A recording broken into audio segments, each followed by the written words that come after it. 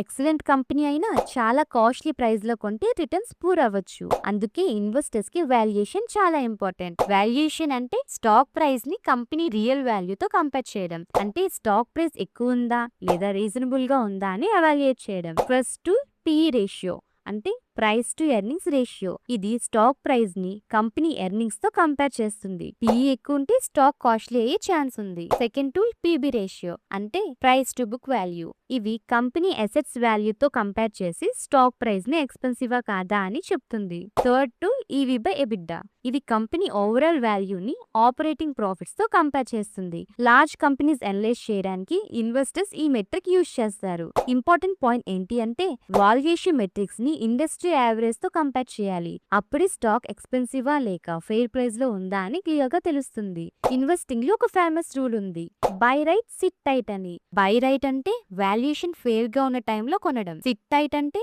Long term patience తో hold చేయడం. Remember, good company plus right valuation is equal to smart investment. ఈ video కనుక మీకు నచ్చినట్లయితే like and subscribe to marketers Telugu. నేను సోవినియస్ట్ అడ్వైజర్ ని కాదు. ఈ వీడియో కేవలం ఎడ్యుకేషన్ పర్పస్ కోసం మాత్రమే. Thank you for watching.